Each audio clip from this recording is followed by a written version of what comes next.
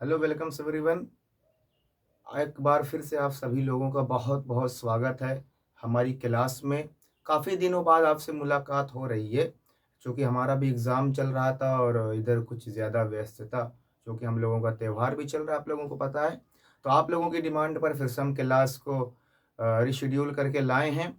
तो आज की क्लास हम शुरू करने से पहले आपको एक शायरी सुनाना चाहेंगे, क्योंकि देखिए आप लोगों को पता ही है कि हम क्लास में अक्सर आप लोगों को शायरी और सुनाया करते थे, लेकिन आपके लिए मोटिवेशन का काम करेगी।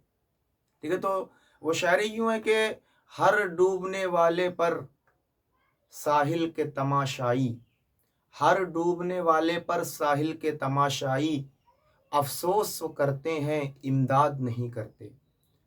हर डूबने वाले पर साहिल के तमाशे, यानी कि यदि आप समुद्र में, तालाब में, नदी में डूब रहे हैं, तो जो साहिल पर यानी कि किनारे पर आदमी खड़े होंगे, वो काफ़ी ज़्यादा अफ़सोस करेंगे, अरे बेचारा डूब रहा है, मर रहा है। लेकिन अगर वही लोग आपकी इमदाद कर दें, आपकी मदद कर दें, तो आपकी जान बच जाएगी।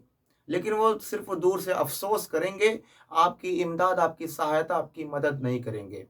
तो यही किस्सा आपकी लाइफ़ का है, आपके जीवन का है, कि आप अपने जीवन में संघर्ष करते रहेंगे, कोई आपकी मदद करने, आपकी सहायता करने नहीं आएगा, बल्कि दूर से आपकी मज़ा लेगा, आपका मज़ा लेगा, या दूर से आपके ऊपर अफ़सोस करेगा कि आप अपने बहुत ज़्यादा मेहनत कर रहे हैं, लेकिन आप सक्सेस नहीं हो रहे हैं, ये हमें आपसे काफ़ी दया है, हमें बहुत ही बुरा लगता है, आपके साथ ये हो जा रहा है, वो हो जा रहा है। तो आपको अपने जीवन में खुद ही संघर्ष करना है। तो हर डूबने वाले पर साहिल के तमाशाई, अफ़सोस तो करते हैं, इमदाद नहीं करते। तो आज की वीडियो है हमारी कक्षा 10 सामाजिक विज्ञान का जो जियोग्राफी का पार्ट है, चैप्टर नंबर 3। 2 चैप्टर हमने आपको क्लास में करवा दिया था। ये तीसरा चैप्टर है जल संसाधन। तो चलिए बिना किसी देरी के हम आज की क्लास को शुरू करते हैं। जल तो आप लोग जानते होंगे, पानी, संसाधन। देखिए पहला जो आपका चैप्टर है वो संसाधन के माध्यम से, संसाधन उसमें आपने पढ़ा होगा। संसाधन ऐसी तमाम वस्तुएं जो मानव की ज़रूरतों को पूरा करें। ऐसी तमाम वस्तुएं जो हमारी ज़रूरतों को पूरा करती हैं, वो क्या है? वो संसाधन है। ये मार्कर, ये हमारे लिए संसाधन है। हम इस कैमरे से वीडियो बना रहे हैं, ये हमारे लिए संसाधन है। ये व्हाइट बोर्ड, ये हमारे लिए संसाधन है। आप बुक से पढ़ रहे हैं, बुक आपके लिए संसाधन है। आप साइकिल से स्कूल आ रहे हैं, तो साइकिल आपके लिए क्या है? संसाधन है। तो वो तमाम चीज़ें जो आपकी ज़रूरतों को पूरा करें, आपकी आवश्यकताओं को पूरा करें, आपकी नीड को पूरा करें, वो आती हैं, संसाधन कहलाती हैं। ठीक है, जल संसाधन ऐसी संसाधन जिससे आपकी जल की आपूर्ति होती है। जो जैसे आपको जल की जरूरत हुई, तो जिन चीजों से आपको जल मिलता है, आपको पानी मिलता है, उन्हें हम जल संसाधन के अंतर्गत आते हैं। नदी, तालाब, कुआं, नल, ये तमाम चीजें वो जल संसाधन के अंतर्गत आती हैं। यानी कि ऐसी वस्तुएं, ऐसी चीजें जिससे हमें जल की प्राप्ति होती है। ऐसी चीजें, ऐसी वस्तुएं जिनसे हमें जल की प्राप्ति होती है, वे किसके अंतर्गत आती हैं? वे जल संसाधन के अंतर्गत आती हैं। अभी जो हमने बताया, ये केवल चैप्टर का थोड़ा सा सार था। अब इसके अंदर हम घुसते हैं कि आखिर इस चैप्टर में हमें पढ़ना क्या है। सबसे पहले जल संसाधन के बारे में पढ़ेंगे। पृथ्वी पर हमारा ये जो अर्थ है, पृथ्वी पर कुल जल का 97.5 समुद्र में पाया जाता है। यानी कि यदि इस पृथ्वी पर 100 किलोग्राम जल है, मान लीजिए कितना? 100 किलोग्राम जल है, तो इसका 97.5%, 97.5% कहाँ पाया जाएगा? समुद्र में पाया जाएगा। कैसा पानी वो रहेगा? जो समुद्र में पाया जाता है वो पानी खारा रहता है, आप उसे पी नहीं सकते। ठीक है, इमेजिन कीजिए कि आप समुद्र में गिर गए, नाव से जा रहे थे या शिप से जा रहे थे। शिप और शिप में फर्क होता है। शिप मीन्स पानी का जहाज, और शीप मीन्स होता है भेड़। ठीक है, तो मान लीजिए कि आप नाव से जा रहे थे, समुद्र में गिर गए आप, तो क्या ऐसी स्थिति में आप समुद्र का पानी पी सकते हैं? नहीं। अगर आप 5 घंटा जीवित रहेंगे, समुद्र का पानी पी के 2 घंटा मर जाएंगे। ये जो पानी समुद्र में पाया जाता है, ये पीने लायक पानी नहीं है। इसका उपयोग हम पीने के लिए नहीं करते। इतनी बात आपको ध्यान में रखना है। जो समुद्र में पानी पाया जाता है, इसका उपयोग हम लोग पीने के लिए नहीं करते हैं।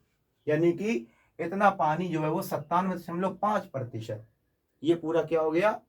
खराब पानी है, इसका हम उपयोग नहीं कर सकते। बाकी जो बचा 2.5%, 2.5% इसका हम लोग ये ताज़ा पानी है, इसको हम पीने के लिए उपयोग कर सकते हैं। ये तो बेकार है, इससे हमें कोई मतलब नहीं है।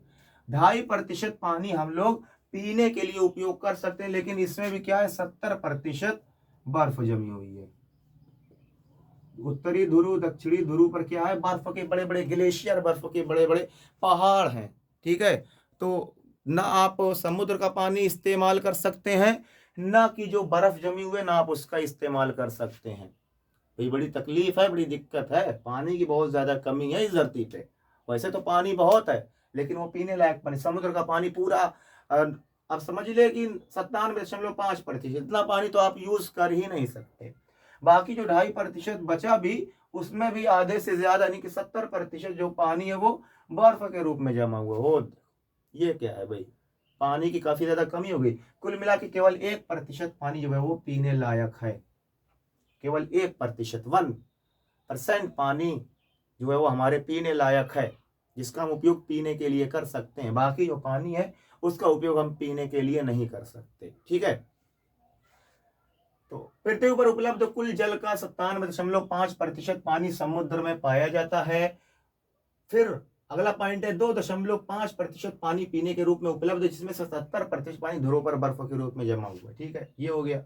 देखिए पूरी दुनिया में जितनी बारिश होती है उसकी 4% हिस्सा हमारे भारत में होता है। यानी कि अगर मान लीजिए कि पूरी दुनिया में 100 लीटर पानी की बारिश हुई, तो 4 लीटर पानी जो है वो हमारे भारत में बरसेगा। ठीक है, ये याद रखेंगे, पूरी पृथ्वी का 4% हिस्सा जो बारिश होती है वो हमारे भारत में होती है। ठीक है, इतनी बात आपको समझ में आ गई।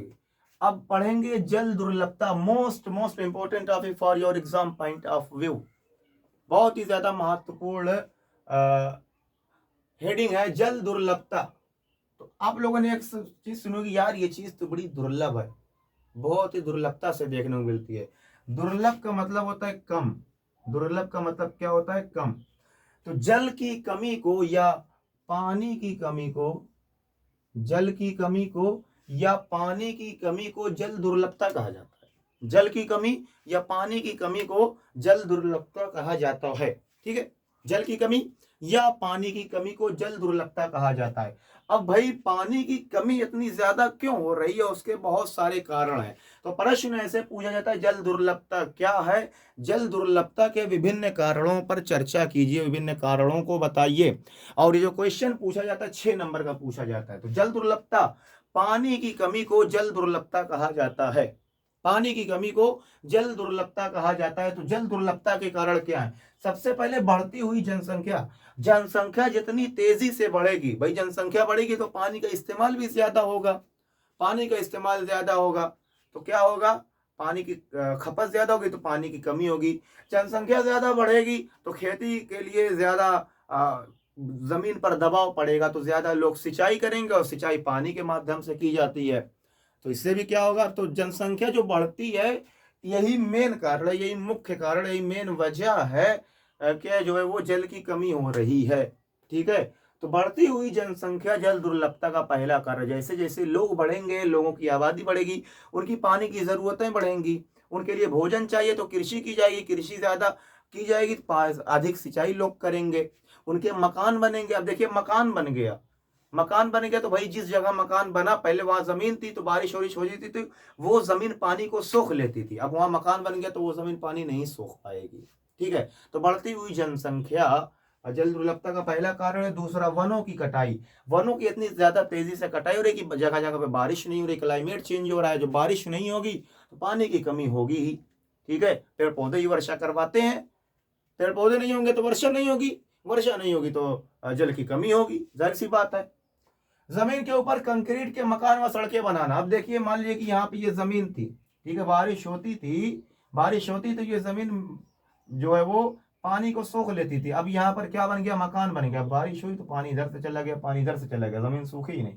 सड़क बन गई, सड़क के नीचे की जमीन पानी सोख ही नहीं पा रही है। तो जमीन के ऊपर जो कंक्रीट के, पहले देखिए क्या होता था, पहले मिट्टी के घर रहते थे, वो पानी को सोख लिया करते थे, लेकिन अब इस कंक्रीट के घर बनाए जा रहे हैं, सड़कें भी कंक्रीट की हो गई। जल का अत्यधिक दुरुपयोग, यही भी एक मुख्य कारण है। आप लोगों ने देखा होगा अब तो तमाम मोटर आ गए, तमाम समरसेबुल, इस तरीके की तमाम मशीनें आ गई हैं, तो बटन टीपा नहीं कि पानी निकलने लगा, हर हर हर बच्चा खेल रहा है, पानी बह रहा है।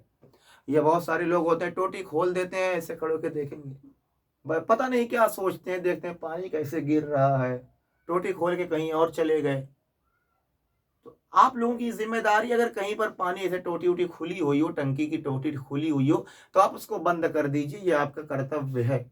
ठीक है, जल है तो जीवन है, जल है तो कल है। क्या आप पानी के बिना, जल के बिना अपने जीवन की कल्पना कर सकते हैं? जल के बिना हम अपने जीवन की कल्पना नहीं कर सकते। यदि जल न हो तो हम अपने जीवन के बारे में सोच भी नहीं सकते। इसलिए जल है तो कल है, जल है तो जीवन है।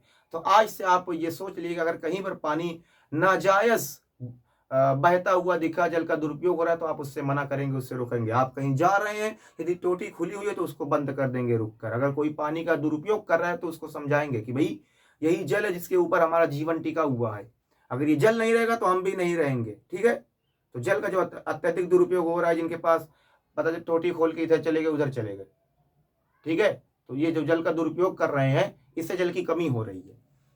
स्विमिंग पूल व गाड़ियों को बार बार धोना, पता चला कि स्विमिंग पूल में एक बार नए पूरा पानी 100 लीटर 1000 लीटर पानी खत्म, खराब।